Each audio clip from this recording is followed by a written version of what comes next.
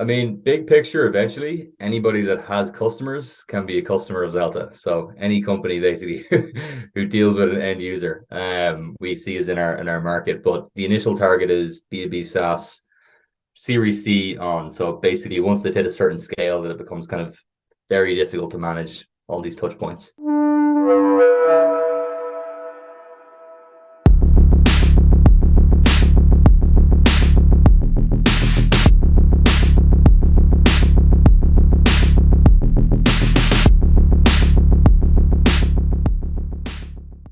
All right, this is another episode of the Founders Pack podcast. My guest today is Pierce Healy from Zelta or Zelta.ai, depending on who's talking about it today. We're going to call it Zelta, right? That's correct, Michael. Yeah. Pierce, I'm glad we got a chance to reconnect. So, for people that don't know, who is Pierce Healy and what is Zelta? Yeah. So I am Pierce, CEO of Zelta. And our mission is to help companies to understand their customers. So what that means in reality is we're building a customer feedback platform. We ingest all sorts of qualitative customer feedback, such as sales calls, customer success calls, support chats, social media, you name it. And then we run basically AI on top of that to pull out themes of needs that your customers are asking about. So, is the platform gathering different sources, or is it the source of all of the customer feedback? So we connect your existing sources. So for example, we pull in Zoom recordings if you have them. If you're using Gong with your sales team to record calls, we connect there. And we'll pull in your support chats from Intercom or Zendesk. We can pull in emails, Slack messages, and tweets if you have customers talking about you on social media. So basically, we use a fleet of APIs to pull all that information together, and then we run a logic on top of that. Okay, very interesting. So, what stage is the company at, and what's next for you guys? Yeah, so we're pretty early. We've been working on this in September, so Oh, wow. very early, yeah. But we just came out of Techstars New York last week.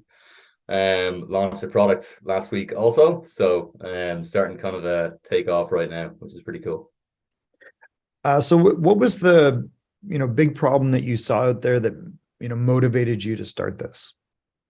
Yeah, I mean, so we actually went on a bit of a journey with this. We originally had a slightly different product in the same domain of customer feedback, but kind of taking a different angle on it. Our product originally was helping companies to collect more feedback.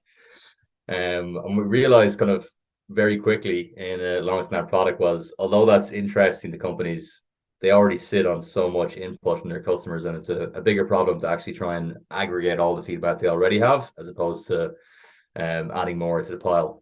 So we kind of quickly pivoted after kind of realizing that, and we've been working on the current product for about 3 months now. So again, even shorter, I guess, in the original timeline. But basically saw that amongst our customers. Additionally, kind of internally, we'd actually kind of hacked together a tool for ourselves, because like every other software company, we had the same problem of basically trying to extrapolate insight from all the input we had from customers. So the first version of Zelta was actually an internal tool for ourselves. We had basically 100 hours of recorded phone calls, and for ourselves to try and, if I have a call on Monday and then by Thursday I'm forgetting it, right? So Right. I was realizing that myself doing all these customer calls, and what basically we hacked together internally a tool that allowed us to just pull out consistent messaging that was coming across from all those calls. So if we wanted to like deep dive on a certain need or a certain feature in the product, rather than going back into all the calls and trying to find where somebody might have talked about that, we were just automatically pulling it out. And that product we built internally was so powerful for us that we thought it's going to be powerful for other teams. So when kind of the two came together of like, this is probably a need for everybody else, and we found something that worked for us, we decided to just double down and go all in that direction. So, it seems like the product is primarily to determine feedback on like a SaaS product or an app or a web-based, even would it work for e-commerce stores? Like, who's the typical audience? I mean, big picture, eventually, anybody that has customers can be a customer of Zelta. So any company basically who deals with an end user, we see is in our market. But the initial target is B2B SaaS, Series C on. So basically, once they hit a certain scale, that it becomes kind of very difficult to manage all these touch points. And so it really is a problem from day zero to as long as you're in existence, but it gets progressively more complex. Like the bigger you get, the more customers you have. So the sweet spot for us right now is like Series C SaaS. Very interesting. Okay. And then what was the process like of you getting your first customer, and how do you guys acquire customers? Yeah, so we're pretty targeted customer acquisition wise. We're really going after a sliver of the market right now. So that's the first kind of filter is Series C SaaS. Within that, we prefer companies who are using Gong.io, which is a technology partner for us. We're not beholden to kind of any integration in order to use the product, but Gong just has a really consistent data pipeline that we like to use. So as a starting point, we're very prescriptively going after those companies who use Gong, which is about 2,000 companies in the US currently Oh, using got it. Gong. Okay. Yeah, and they're growing like wildfire. So it's a kind of nice we can kind of hitch our wagon to that. So that's the current target. We generally up until very recently have been pretty much purely outbound to those groups. We've kind of been working in stealth. Over the last few weeks, we started to get some content out with Techstars and other sources, and just now we're starting to see some inbound. So probably might change in a few weeks, kind of how we're kind of bringing customers in, but it's still probably mostly outbound. And what was your Techstars experience like? Fantastic. We were by far the earliest company in the batch. Pretty much went straight into Techstars from from day zero, which was like pretty much kind of atypical for Techstars. I think that generally speaking, companies in Techstars are a little bit further down the track. But I think from our perspective, that was ideal because we got to learn from companies who've been around for a few years and kind of dealt with a lot of similar problems we were. So for me, the biggest learning was other companies in the cohort. But other than that, I think the big benefit of any accelerator is just really putting structure in place. Like especially when you go out into the wild and start a company, it's obviously completely unstructured, and it's up to you to kind of put in place, some semblance of like a process. So Techstars gave us that, and working towards demo day was a big force and function to get a product live. That is great to hear. All right. If you could offer other founders only one piece of advice, what would that be?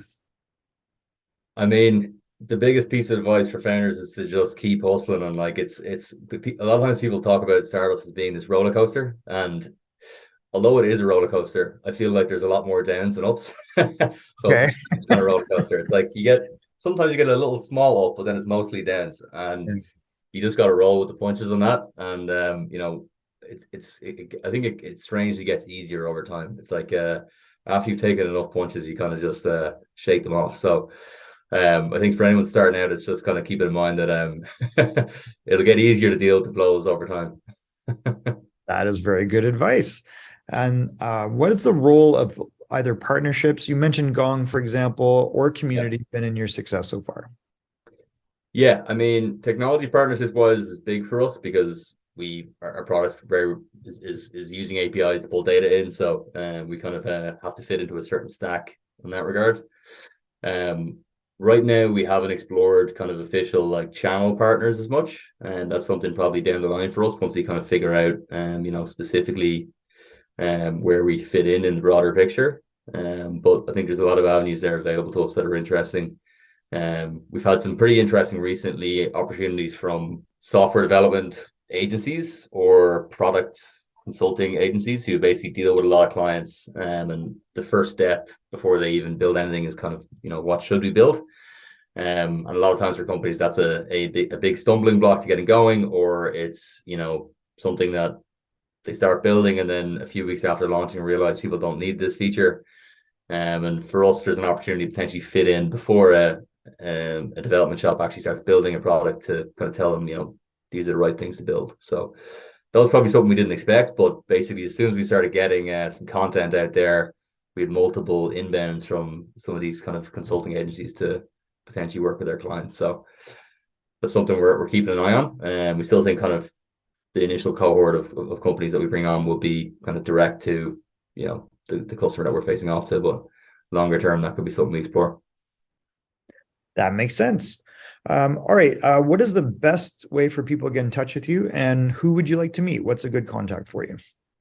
Yeah, I mean, they can reach out to us on social, LinkedIn, Twitter, through our website as well. They can sign up for the wait list there. And in terms of people we want to meet, it's, VP of product is the person that we kind of most face off to, or the most senior product person. But I guess really anybody who feels like this is a problem in their company is something we'd be interested in talking to. So anyone any product people, or even, anyone across the leadership team in a SaaS company who thinks that they're having difficulty extracting insight from all the customer feedback they receive, we'd love to speak with them. Terrific. We will make sure to include those details in the show notes. Pierce, I want to thank you for spending time with me today, and we look forward to following your journey. The final thing that I want to wrap up with is, as you know, when we have interesting people on the podcast, we like you to nominate other interesting people. So we typically talk to either founders or investors of scalable startups, and we talk to a lot of Y Combinator and Techstars. So who would you, Pierce, like to nominate as a future guest of the podcast? Let me think about that one, Michael. I need to get back to Oh, you. nobody. I better ask their permission first before I call them out here. Oh, that's all right. What's the first name that popped to your head out of curiosity?